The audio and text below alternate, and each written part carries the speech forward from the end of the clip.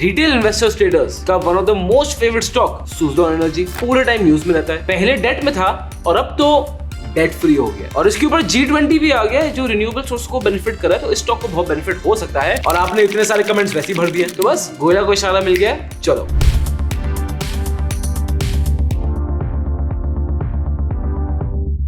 तो आज बात करने वाले हैं अबाउट सुज़लोन। क्या लेटेस्ट अपडेट्स हैं, G20 से क्या बेनिफिट हो रहा है, क्या ऑर्डर मिल रहा है, उन सब की तो बात करेंगे। बट उसके पहले ना एक चीज जरूरी है, आप सुज़लोन बिजनेस के बारे में जानो। पहले मैंने इसको वीडियो में कवर किया था तो मैं वीडियो को वो पार्ट काट के इधर डालने वाला हूं एंड आई वुड रिकमेंड देख लो। सुज़लोन एनर्जी की आप हिस्ट्री के बारे में जानोगे ना, आपको मजा आ जाएगा। This company comes from a very strong history. Suzlon energy 1995 में बनी थी और ये कंपनी शुरू हुई थी by Tulsi Tanti. But unfortunately Tulsi Tanti जो मैकेनिकल इंजीनियर थे who founded Suzlon passed away 8-9 months ago because उनको एक हार्ट अटैक आ गया था। और अगर कोई सुज़लोन इन्वेस्टर है और एज इन्वेस्टर्स को ये भी नहीं पता कि उसकी इन्वेस्टमेंट का founder has passed away, he should really think कि वो स्टॉक मार्केट्स में कर क्या रहे हैं। अब ये कहानी बहुत इंटरेस्टिंग और आपको बहुत इंस्पिरेशन भी मिलेगी इससे यार। अब Tulsi Tanti was in the textile industry। Textile mill industry India में बहुत बूमिंग थी और वो थे अर्ली 90s से। अब पुणे महाराष्ट्र में उनका प्लांट था, he was doing very well। But एक चैलेंज जो उनको आ रहा था और हर किसी को आ रहा था इन द टेक्सटाइल इंडस्ट्री, को पता है क्या था? Electricity. Electricity was their second biggest expense। मतलब जस्ट इमेजिन किसी भी टेक्सटाइल इंडस्ट्री के लिए उस समय सबसे बड़ा expense raw materials, second electricity. Of course ये बहुत मेजर इशू था। इलेक्ट्रिसिटी पैचेज में आती थी, कंप्लीटली नहीं आती थी, सप्लाई का बहुत बड़ा इशू था। तुलसी तांती ने बोला बहुत हो गया। ही डिसाइडेड इन 1994 वो विंडमिल्स को एक्सपोर्ट करेंगे, विंडमिल्स की एनर्जी से अपना टेक्सटाइल प्लांट चलाएंगे। और इस सिंपल सी थॉट ने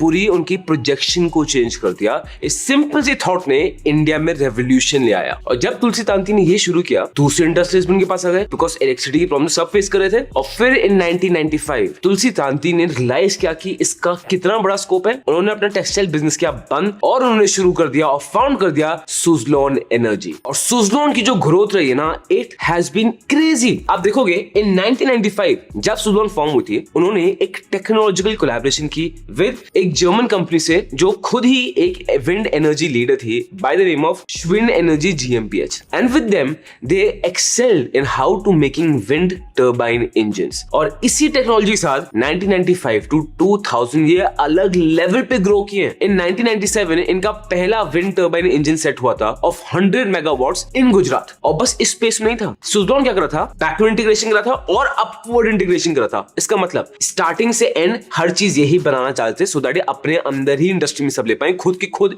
एक पूरी इंडस्ट्री बन जाए। From 2001 to 2005 because of all these things they went international. In USA they form Suzlon wind energy corp, ठीक है। फिर वो बीजिंग में ऑफिस खोल दिया। फिर सुज़लोन एनर्जी ऑस्ट्रेलिया में भी आ गया। फिर सुज़लोन एनर्जी डेनमार्क में भी आ गया।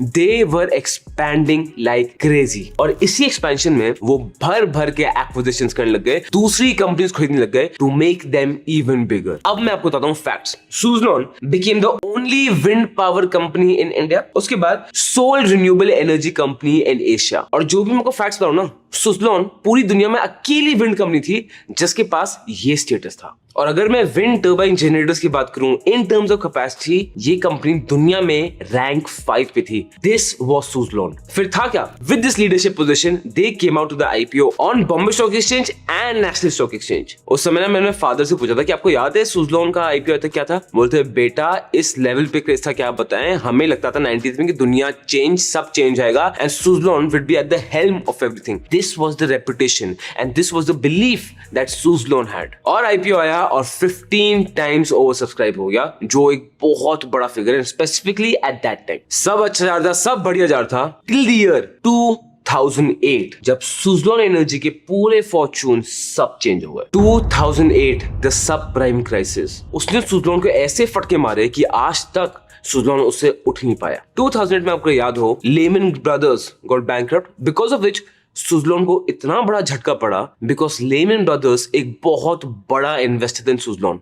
एंड इन 2008 USA यूरोप की इकोनॉमी बहुत प्रॉब्लम में आ गई, वहां से एनर्जी डिमांड बंद हो गई। सुज़लोन का जो पूरा एनर्जी बिजनेस है यहाँ पे वो पूरा बंद होने लग गया बिकॉज ऑफ विच उनको डेट नहीं मिला, क्रेडिट भी नहीं मिल पाया, रेवेन्यू भी नहीं मिल पाया। इनकी ब्लेड कंपनीज भी एक एक करके शट डाउन होने लग गई। आने वाले टाइम में हम देखते हैं इनकी सेल्स उन्होंने तभी भी बढ़ा ली, ईयर ऑन ईयर 100% से बढ़ा दी, बट इनके प्रॉफिट्स सीधा लॉसेस में आने लग गए even when the sales were higher. और पिछले 6 सालों में इनके लिए डेट एक इतना बड़ा इशू हो गया है, ये उससे निकल ही नहीं पा रहे। मैं आपको उनकी प्रॉफिट लॉस स्टेटमेंट दिखा रहा हूँ। As you can see here, look at the interest burden. 2011 में इंटरेस्ट बर्डन इज 1335 करोड़ और उनका नेट प्रॉफिट नुकसान में है ऑफ 1345 करोड़। मतलब इंटरेस्ट बर्डन नुकसान से भी ज्यादा है। And the same trend you can see is following. Suzlon का बाउंस बैक जैसे आपको इस चार्ट में देख रहा है, सर रेजिस्टेंस को फोड़ के ऊपर निकला है, बट कुछ टाइम से ये लोअर सर्किट पे लोअर सर्किट पे लोअर सर्किट दिखा रहा है। तो पहले समझते हैं कि एग्जैक्टली इशू क्या रहा है और इसकी शेयर प्राइस नीचे क्यों गिर रही है, और इसका आंसर छुपा है इनके क्वार्टरली रिजल्ट्स में। अब इनके आप क्वार्टरली रिजल्ट्स देखो और उसको कंपेयर करो Jan 23 टू Jan 22। इनका नेट प्रॉफिट पहले था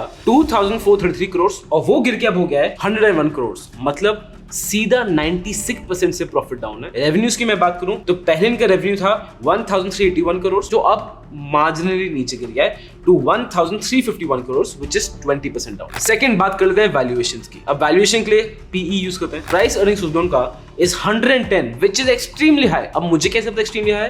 बिकॉज मैं इसको इंडस्ट्री के पी से कंपेयर कर रहा हूं और इंडस्ट्री पी है 44.7 टाइम्स। तो clearly Suzlon at this price is over price. इसके बाद है कैश कन्वर्जन साइकिल। अब बेसिकली ये मैट्रिक क्या दिखाता है कि एक कंपनी रॉ मटेरियल से प्रोडक्ट बनाएगी और प्रोडक्ट को बेचेगी और बेचे कैश मिलेगा, तो ये कितनी जल्दी साइकिल कंप्लीट होता है। जितनी जल्दी ये साइकिल कंप्लीट होगा इसका मतलब उस बिजनेस को उतनी जल्दी पैसे वापस मिलते हैं, उतना ही कम इन्वेंटरी रखना पड़ेगा। तो lesser this cash conversion cycle the better it is. यहाँ पे आप देख सकते हैं सुज़लोन का कैश कन्वर्जन साइकिल पहले था 85 डेज जो अब बढ़ के हो गया है टू 162 डेज। इसलिए रिसेंट टाइम्स में ना सुज़लोन काफी नीचे आ रहा है। हिमांशु मोदी जो सुज़लोन के CFO हैं वो ये बोल रहे हैं कि सुज़लोन डोमेस्टिक सेक्टर पे ही फोकस कर रहा है और इंटरनेशनल मार्केट में सुज़लोन बिल्कुल फोकस नहीं कर रहा है। बिकॉज काफी अच्छी डिमांड आ रही है कमर्शियल स्पेस से, इंडस्ट्री स्पेस से, और वो भी डोमेस्टिक मार्केट के अंदर। तो Suzlon wants to focus that. और जो उनका ग्लोबल फुटप्रिंट था नेचुरली काफी ज्यादा कम हो गया है। एज ऑफ नाउ ग्लोबली बात करेंगे तो सिर्फ ऑपरेशंस एंड मेंटेनेंस का बिजनेस चल रहा है ग्लोबली ऑफ अराउंड 1 गीगावाट्स। तो focus completely on domestic markets और इंटरनेशनल मार्केट्स में शायद सुज़लोन दोबारा जाए, बट वो होगा 12-15 महीने बाद। एटलीस्ट मैनेजमेंट तो यही बोल रही है। बट सुज़लोन के लिए सबसे मेजर खबर क्या थी? G20 में रिन्यूएबल एनर्जी को बहुत पुश किया गया था और विंड एनर्जी की बात करेंगे तो सुज़लोन का नाम तो देखो सर उस लिस्ट में आना ही आना है। तो पहले ये समझ हो रही है कि G20 में रिन्यूएबल एनर्जी के अराउंड क्या डिसाइड हुआ था।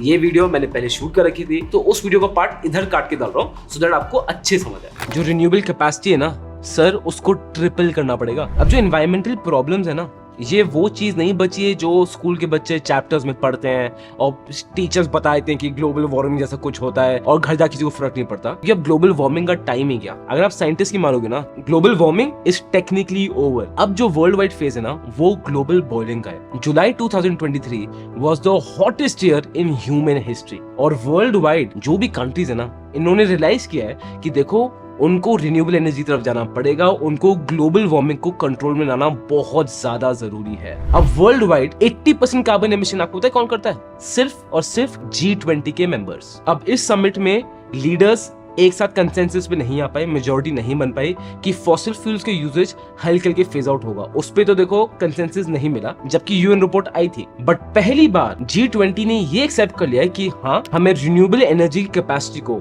वर्ल्ड वाइड में बात कर रहा हूँ, world wide renewable energy capacity को हमें ट्रिपल करना पड़ेगा और कोल यूजेज कम होना पड़ेगा। तो इसको तो G20 मेंबर्स एक्सेप्ट कर रहे हैं। अब पूरी दुनिया की रिन्यूएबल एनर्जी कैपेसिटी को 7 साल के अंदर ट्रिपल कर देना ना, एम्बिशियस बोलना भी अंडरस्टेटमेंट है। मतलब it is a extremely ambitious task. ये आपको दिख रहा है रिन्यूएबल कैपेसिटी एडिशन। अब इसमें जो आप सोच रहे हो ना वही प्रॉब्लम है फाइनेंसिंग। एस्टिमेट ये लगाया जा रहा है कि अगर रिन्यूएबल एनर्जी कैपेसिटी के टारगेट्स अचीव करने हैं तो हर साल पूरी दुनिया को कितने पैसे चाहिए होंगे? 5.3 trillion dollars every single year. और ये सिर्फ 2030 तक नहीं चाहिए होगा, ये चाहिए होगा टिल 2050। तभी जाके जो ग्लोबल टेम्परेचर राइज हो रहा है ना वो शायद कंट्रोल में आ जाए। तो हाँ डेफिनेटली हमें नहीं पूरी दुनिया को एक कॉस्ट इफेक्टिव वे चाहिए कि लॉन्ग टर्म में हम रिन्यूएबल एनर्जी की कैपेसिटी को फाइनेंस कर पाए। जैसे कि एग्जांपल है ब्रिटेन ने $2 बिलियन का ग्रीन क्लाइमेट फंड रखा है। तो इस फंड में क्या है, बेसिकली जो डेवलपिंग कंट्रीज हैं, जो अंडर डेवलप्ड कंट्रीज हैं, जो इनके पास खुद इतनी पावर नहीं है कि वो अपने देश में रिन्यूएबल एनर्जी कैपेसिटी सेटअप की जाए, इस फंड से उनको एड दिया जाएगा और उनको हेल्प किया जाएगा उनकी कंट्री भी रिन्यूएबल एनर्जी का पूरा रेवोल्यूशन हो रहा है ना, उसमें पार्टिसिपेट करे। अब जो G20 में डिसाइड हुआ है, will this benefit Suzlon? Well, possibility इसकी बहुत हाई है। और ये डिस्क्लेमर मैं आपको दोबारा दे रहा हूँ कि जो भी मैं आपको बता रहा हूँ ये सिर्फ रिसर्च और डेटा के बेस में है, और सारे सोर्सेज जिसके ऊपर ये रिसर्च और डेटा ढूंढा गया है वो सब डिस्क्रिप्शन में जो लिंक है उसमें मेंशन है। और ये पूरा कंटेंट सिर्फ एजुकेशनल पर्पसेस के लिए है, तो बाइंग और सेलिंग डिसीजन के पहले खुद रिसर्च पक्का से जरूर कर लेना। और एक और चीज जो पक्का जरूर आपको कर लेनी चाहिए वो है इस चैनल को सब्सक्राइब, हमें बहुत मोटिवेशन मिलती है। और उस पर अगर मैं लाइक बटन और दबा दिया तब तो ओहो हो, नाउ इज इंटरेस्टिंग पार्ट कि सुजलॉन डेट फ्री हो गई है, मतलब, and this is a big news. जैसे आपने इस वीडियो में पहले सुना था कि सुजलॉन का इशू क्या हुआ, इतना डेट बढ़ गया कि कंपनी संभाल नहीं पाई, तब से इम्बैलेंस हो गई। बट रिसेंटली कंपनी ने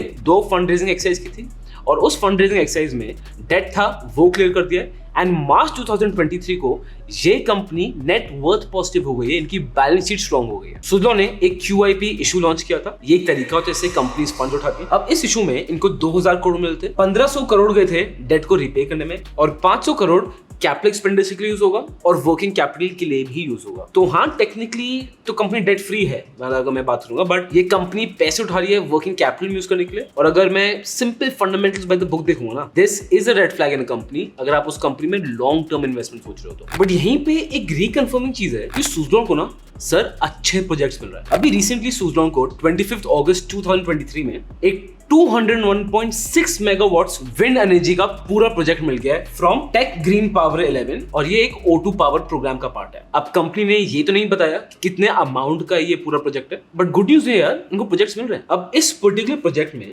इनके 3.15 मेगावाट्स के 64 विंड टर्बाइन जनरेटर्स लगेंगे, तो टोटल जो कैपेसिटी होगी वो बन जाएगी 201.6 मेगावाट्स, व्हिच इज गुड। अभी जो पूरा प्रोजेक्ट है इट इज एक्सपेक्टेड कि 2025 में कंप्लीट होकर शुरू हो जाएगा। और ये पूरा प्रोजेक्ट कितनी बिजली जनरेट करेगा, ये इतनी बिजली जनरेट करता है कि 1.66 लाख हाउस होल्ड ना, इनकी एनर्जी कैपेसिटी पूरी फुलफिल हो जाएगी। और इसका अच्छा पार्ट ये है कि 6.55 लाख टन जो CO2 इमिशन पर ईयर होता है ना, वो इससे अवॉइड हो जाएगा। अब कंपनी के CEO ये बोलते हैं, with increasing commitment to renewables and rising demand, it is heartening to see more customers joining the Suzlon family. Of course है, रिन्यूएबल एनर्जी के लिए बहुत डिमांड चली है, गवर्नमेंट डिमांड कर रही है, G20 से मेजर पुश आया है, तो इनको कॉन्ट्रैक्ट्स मिलने ही है। This order demonstrates the trust that customers have in Suzlon expertise as well as our 3 megawatt series products. तो अगर मैं आपको बाय द बुक बताऊं और अपना पर्सनल ओपिनियन बताऊं, ये कंपनी बहुत हाई रिस्क इन्वेस्टमेंट हो सकती है। सो अगर आप इसमें लॉन्ग टर्म इन्वेस्ट करना चाह रहे हो तो मैं आपको ये जरूर बोलूंगा इस कंपनी में क्लोज वॉच रखना। इससे बेटर ऑप्शन आपको लॉन्ग टर्म इन्वेस्टमेंट में एक्चुअली मिल सकते हैं। बट ये गोयला का ओपिनियन है, आपका ओपिनियन क्या है वो नीचे कमेंट करके बताओ। बट जाने के पहले एक स्टॉक जिसके बारे में आपको रिसर्च जरूर सुननी चाहिए है, वो है Polycab. This stock has some very interesting opportunities. This video would be a great watch for you. This content is only for education purposes. We do not provide any buy or sell recommendations. Please do your own research before making an investment decision. All the companies mentioned in the content have no association with us until mentioned otherwise in the video itself.